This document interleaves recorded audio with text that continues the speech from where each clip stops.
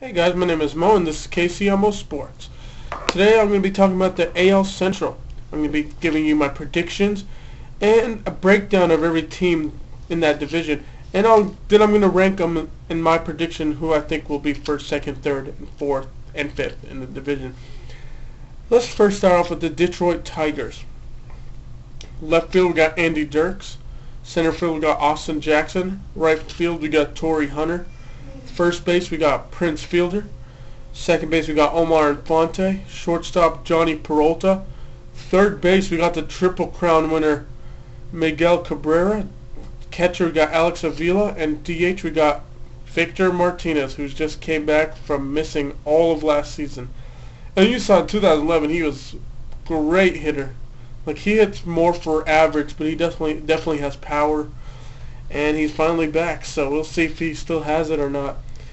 And I definitely think that they have a great lineup. I mean, you got guys like Prince Fielder, Miguel Cabrera in the heart of the lineup with power. You got Austin Jackson as the leadoff hitter. You got Torrey Hunter, a veteran Torrey Hunter. You got Johnny Peralta. You got Omar Infante, who could probably the best utility guy in the major leagues. I definitely like this team. Their offense looks like it's going to be pretty good. And for the starting pitching, we got Justin Verlander. He was 2011 American League MVP and the Cy Young winner in 2011. So I like Justin Verlander. He's good. And 33 starts, went 17-8, 2.64 ERA, and 239 strikeouts. Number 2, we got Doug Fister. 26 starts, 10-10, 3.45 ERA, and 137 strikeouts. Number 3, new guy they just signed, Anibal Sanchez, who they got from free agency after being released from the Marlins. 31 starts, 9-13, 3.86 ERA, and 167 strikeouts. Definitely, he's going to be a great asset for the Detroit Tigers. Number 4, they got Max Scherzer. 32 starts, 16-7, 3.74 ERA, and 231 strikeouts. Number 5, we got Rick Porcello, who's 31 starts, 10-12, 4.59 ERA, and 107 strikeouts. And number 6, they got Drew Smyly, who in 23 games had 18 starts, 4-3, 3.99 ERA, and 94 strikeouts. For the bullpen, they are undecisive who's going to be the opening day closer. It'll most likely be Bruce Rondon, who in 2012 had 52 games, went 2-1, 29 saves and 32 save opportunities, 1.53 ERA, and 66 strikeouts. And if you look at his minor league stats, in 140 games, he has 16 starts, 6-10, 65 saves and 75 save opportunities, 2.53 ERA, and 213 strikeouts. That guy's like the next Jose Valverde, who, I think he just, I think he's done playing for Tigers, and I believe he's still in free agency. So someone is eventually going to pick him up, maybe not as a closer, but as a good relief pitcher or setup guy or something. Next up, we're going to talk about the White Sox. In left field, they got Dian Viciedo. Center field, they got Alejandro De Aza. Right field, they got Alex Rios, who just came off probably his best season yet. We'll see if he still got it for this season. First base, we got veteran Paul Konerko. Second base, we got Gordon Beckham. Third base, Jeff Keppinger, who they got from, I believe, the Tampa Bay Rays. At shortstop, we got Alexei Ramirez. At catcher, we got Tyler Flowers. And DH, we got Adam Dunn, who just came off one of his best seasons also. At pitching, we got Chris Sale, who in 30 games had 29 starts, 17-8, 3.05 ERA, and 192 strikeouts. I like this guy. This guy is a great pitcher. He's definitely going to be like the next Justin Verlander or something. He's really good. Number 2, you got veteran Jake Peavy, 32 starts, 11-12, 3.37 ERA, and 194 strikeouts. Number 3, they got John Danks, who in 9 starts went 3-4, 5.70 ERA, and 30 strikeouts. I believe his season went down pretty early probably, I believe, from injuries, but they have him down as the number 3 guy. So we'll see if he still could be an asset to this team as a starter. As number 4, they got Gavin Floyd in 29 starts, 12-11, 4.29 ERA, and 144 strikeouts. I think personally, he's going to be the number 3 guy and not John Danks. I think John Danks will be more of a 4 or 5 guy, just because he just came off injury. So that's where I see him at.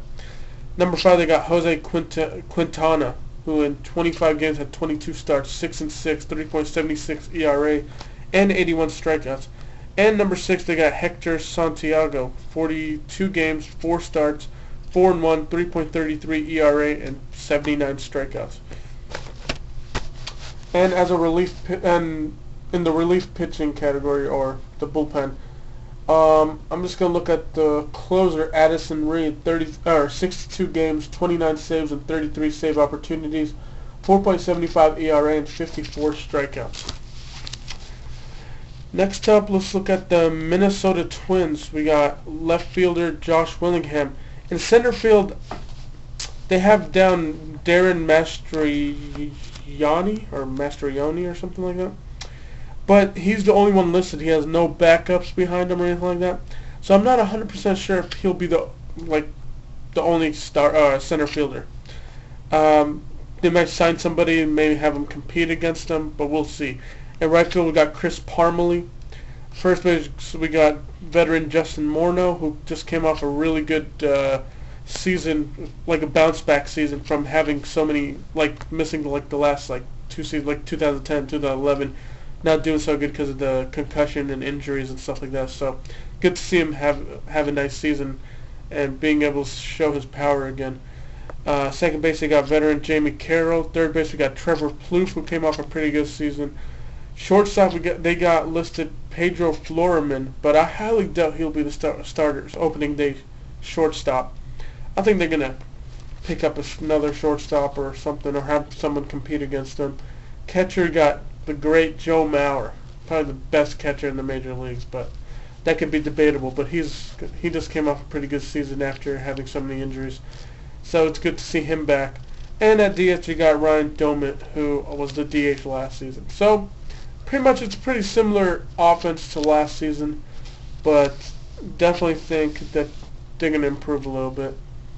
As the starting pitchers, at number 1, we got Kevin Correa, who in 32 games had 28 starts, 12-11, 4.21 ERA, and 89 strikeouts. Definitely a pretty good number 1 starter for a weak starting pitching staff like the Minnesota Twins, but they're still rebuilding, so we'll see. And then they just picked up Vance Worley from the Phillies, 23 starts, 6-9, 4.20 ERA, and 107 strikeouts. At number 3, we got Scott Diamond, and 27 starts, 12-9, 3.54 ERA, and 90 strikeouts. At number 4, we got Liam Hendricks, who in 16 starts went 1-8, 5.59 ERA, and 50 strikeouts. If he doesn't improve on that, that record to 1-8 and that ERA, he's definitely not going to be the number 4 starter for very long. Number 5, they got Mike Pelfrey, who's a veteran pitcher from the Mets, and surprised to see him here, but he only had 3 starts last season, went 0-0, 2.29 ERA, and 13 strikeouts. Saw his season come down early because of his injury, but we'll see if he can bounce back. I mean, I could definitely see him being a number 4 guy.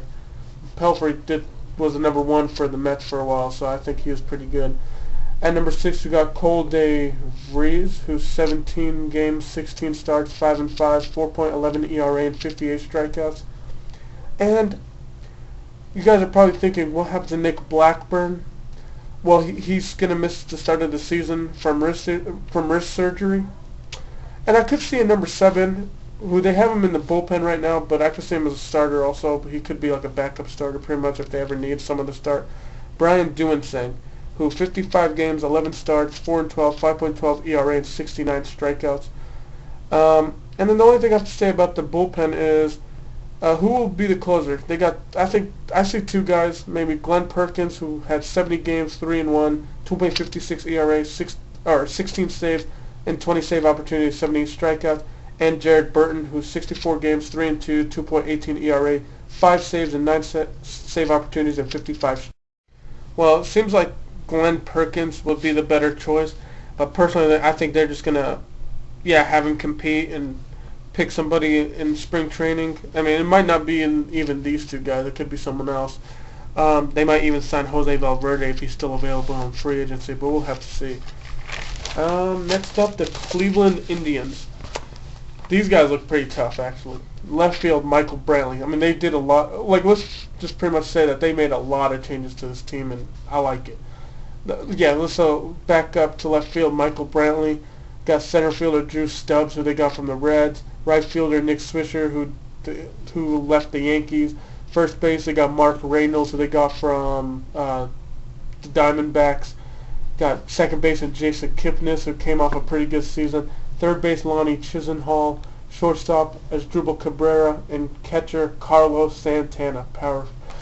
But their DH, they don't have... Well, right now they have a rookie...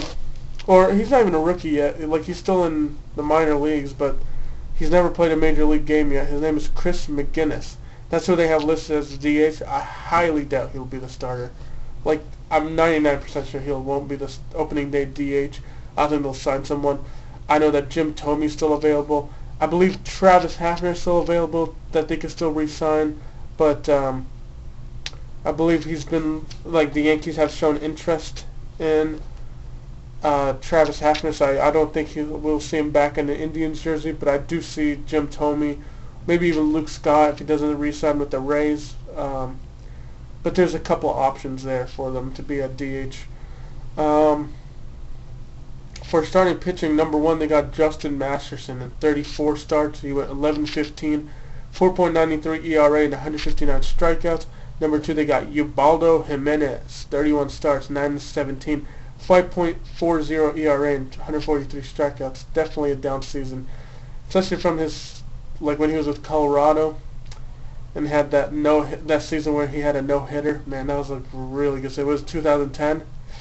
That was definitely his best year. Number three, they got veteran Brett Myers, who pitched for Houston last season.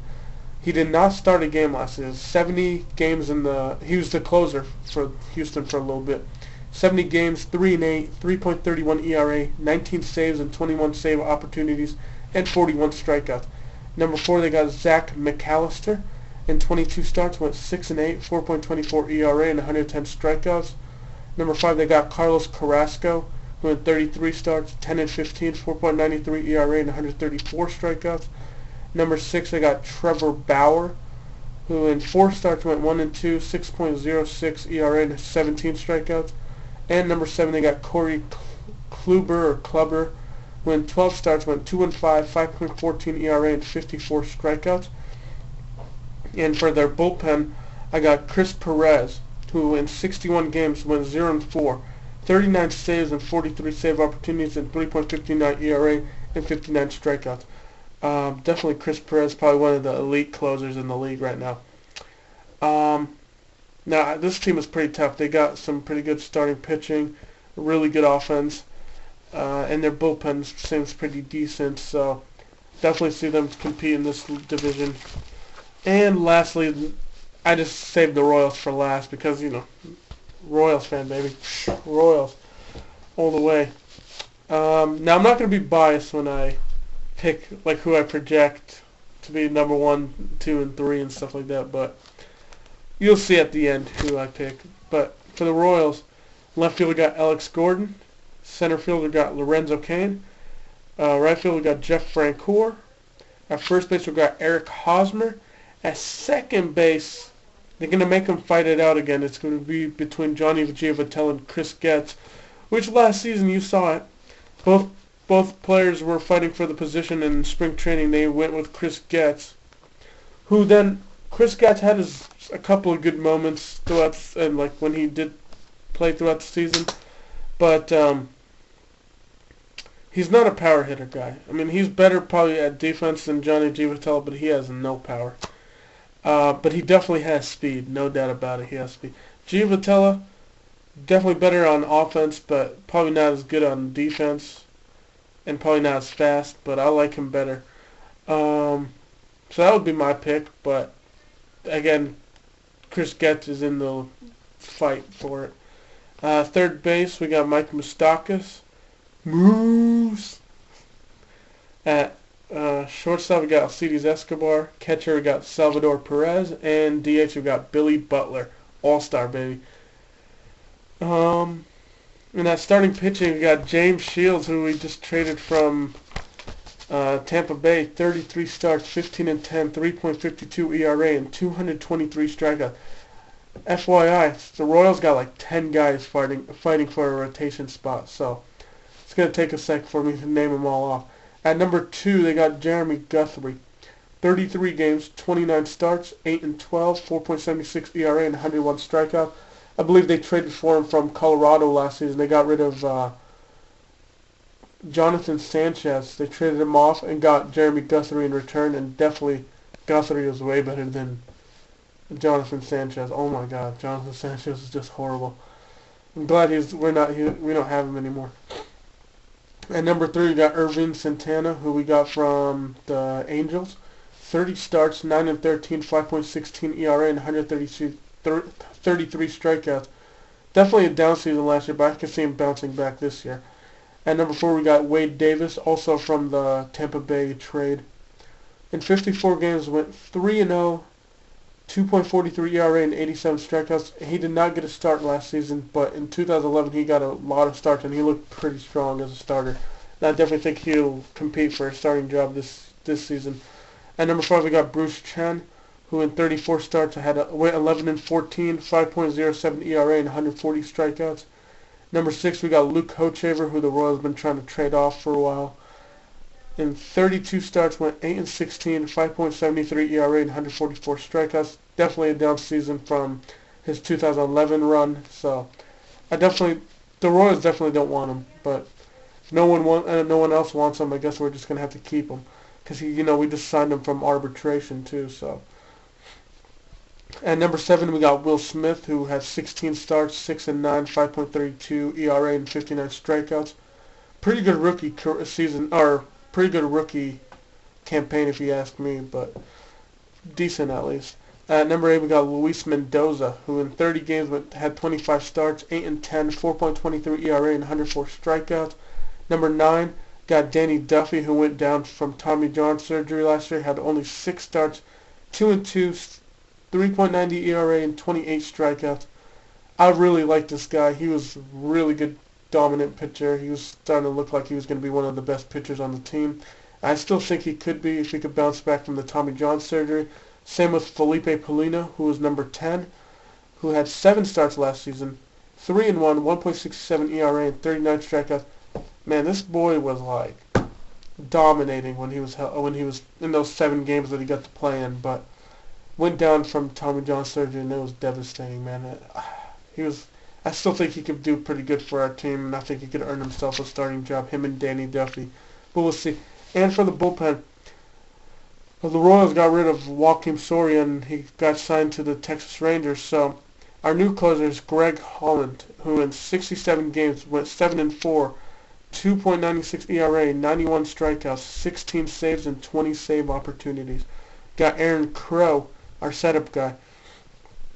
73 games, 3 and 1, 3.48 ERA, 65 strikeouts, 2 saves, and 8 save opportunities. But then again, he is not a closer, so if you look at his minor league stats, he was a starter for most of for like his whole minor league career. So once he came up to major league, he was in the bullpen, not even a starter. It just kind of sucks because I would have liked to see him as a starter.